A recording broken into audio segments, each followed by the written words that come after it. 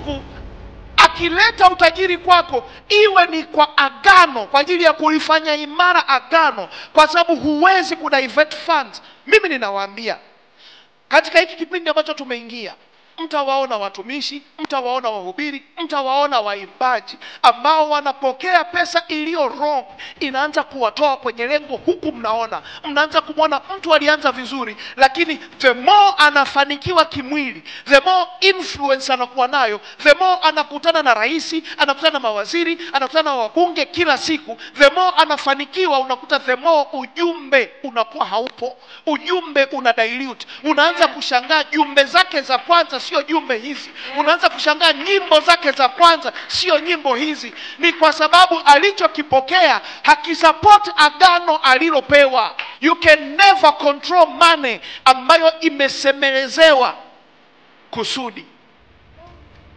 It will always control you. Huwezi kuwa na power.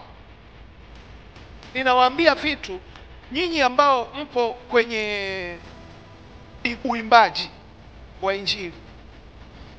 I say, komaa tu na Mungu. Hakunaka shortcut duniani.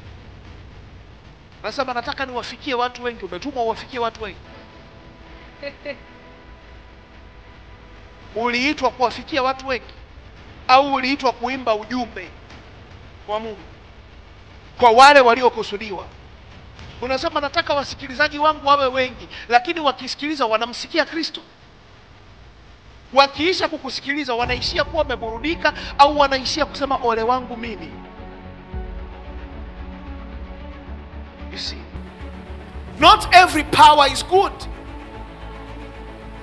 Unapoona kama wewe ni mwimbaji wa Injili, hii nawaambia na wachana live, kama wewe ni mwimbaji wa Injili halafu ukaona huduma yako inawaburudisha hata walioko gizani, wanaburudika sio kwa kutamani kutoka gizani, ila wanaburudishwa pale walipo na kufanywa kuwa comfortable pale walipo, you are not ministering. Wewe ni bongo flavor Injili style.